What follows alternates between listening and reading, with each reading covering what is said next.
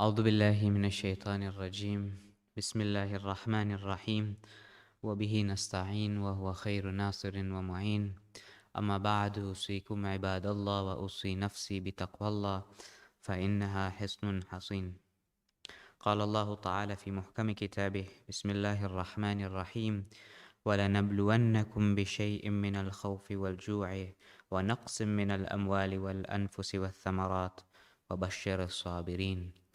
صدق الله العلي العظيم وصدق رسول الكريم صلوات.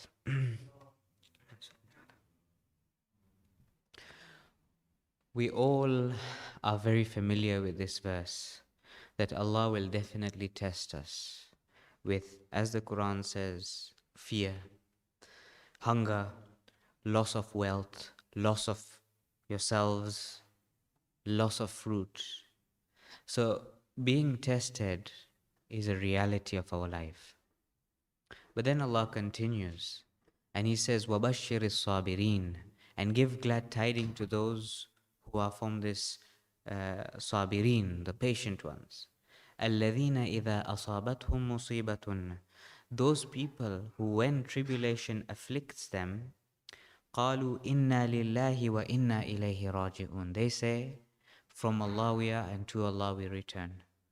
أُولَئِكَ عَلَيْهِمْ صَلَوَاتٌ مِّن رَبِّهِمْ وَرَحْمَةٌ, these people who have submitted fully to God, who when faced with tribulation recognize that this is a platform of growth, these people, Allah says, أُولَئِكَ عَلَيْهِمْ صَلَوَاتٌ مِّن رَبِّهِمْ, these people are those who Allah does salawat on them and He sends His special mercy. وَأُولَئِكَ هُمُ الْمُهْتَدُونَ, and these are the people who are guided. So we know that tribulation is part of our life, but it's how we face these tribulations that shape us, that shape our destiny and shape how God will act with us or how we will act with ourselves. Hadith, فَإِذَا أَحَبَّ اللَّهُ عَبْدًا, when Allah loves His servant, ابْتَلَاهُ بِعَظِيمِ الْبَلَاءِ, He tests him with immense testing. When we look at tests and tribulations, we find that in our own lives also, that when we've gone through a situation where in that situation it's very difficult and very testing, looking back at that situation, it's been a learning curve for us. We learned a lot from that situation. We were very stressed in that situation. It caused us a lot of grief perhaps, but after that situation, we learned a lot from it. And we look at this in the lives of the prophets, the awliya, the imams, that as they go through their journey, they are also growing.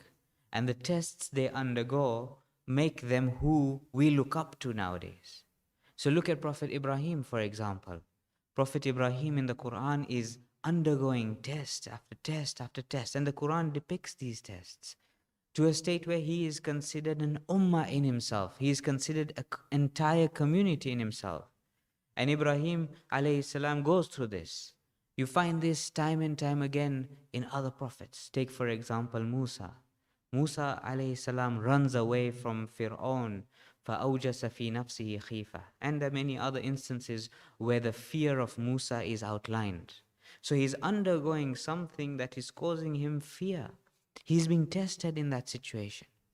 But he takes this tribulation, and like all of us, we all have emotions. We have the emotion of fear, anger, sad, etc., sadness. But it's how we use that situation as a platform of growth that will make us who we are.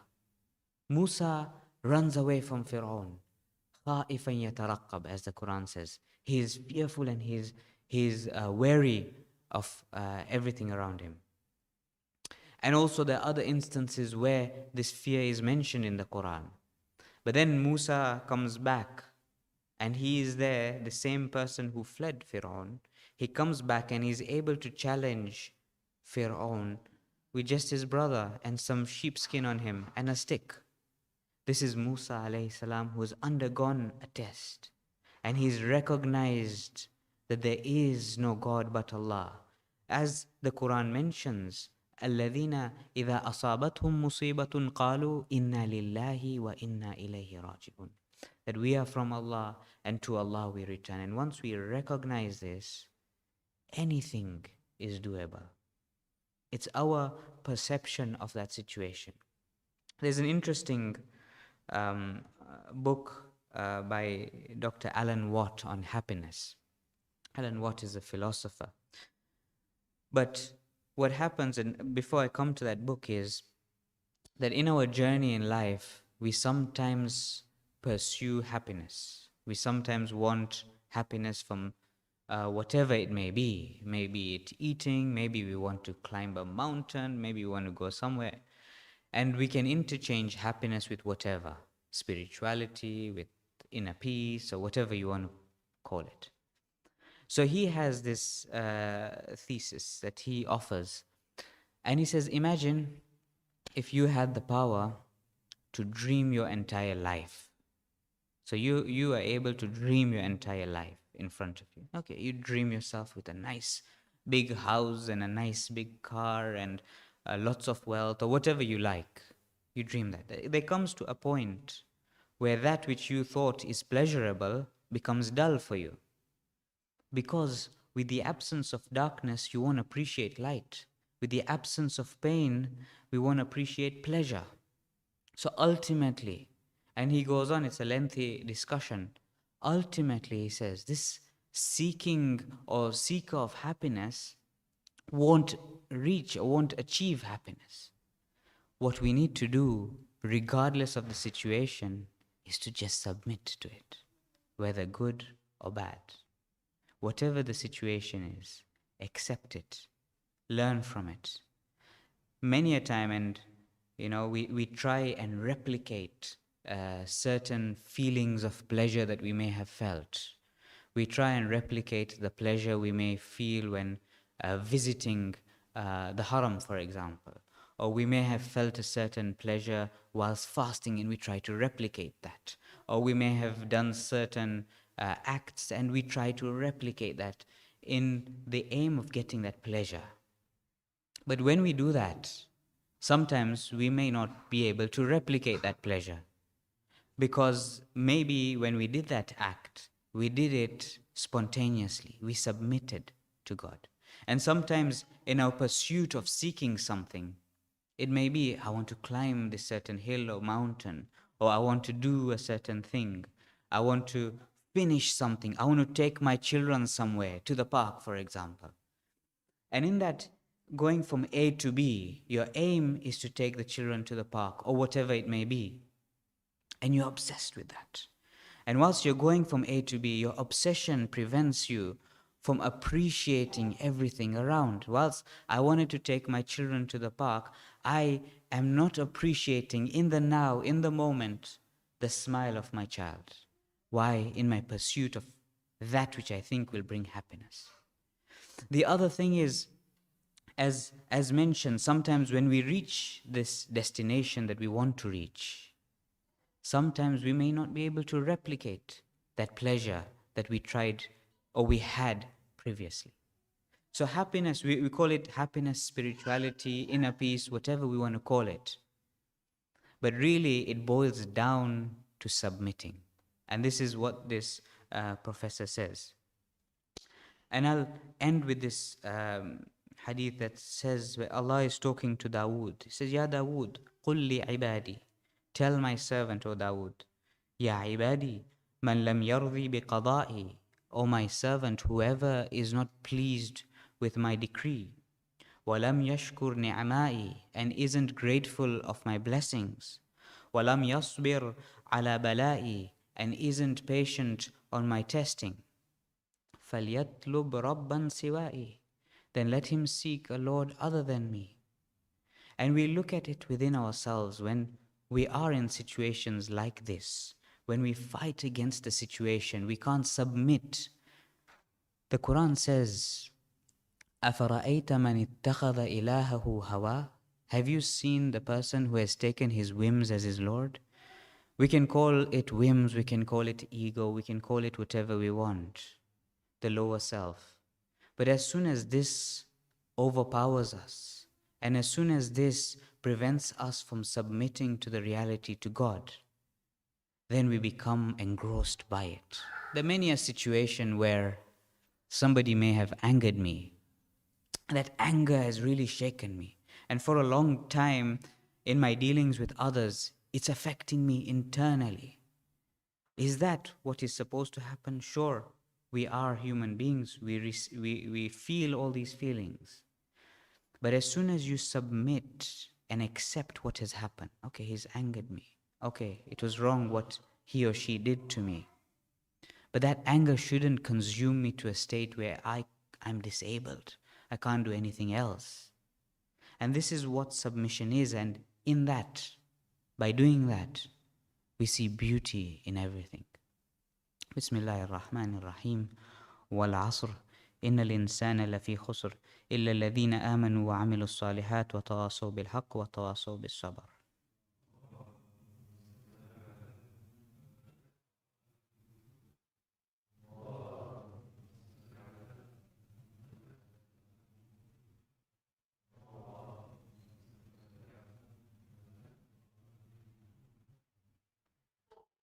بسم الله الرحمن الرحيم وبه نستعين وهو خير ناصر ومعين أما بعد أوصيكم عباد الله وأوصي نفسي بتقوى الله فإنها حصن حصين.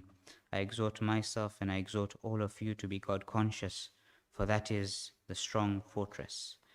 So when we submit to God, and that is really what Islam is, we recognize that there isn't anything other than God. And when we do that in reality, and I'm not saying merely by our tongue, we say La ilaha illallah, inna lillah so many times, but that's the movement of the tongue. Really, the real test comes is when we are in situations which cause us some emotion that we can't control, or that overcomes us, or that causes us stress. That's when we recognize if we are actually submitted to God.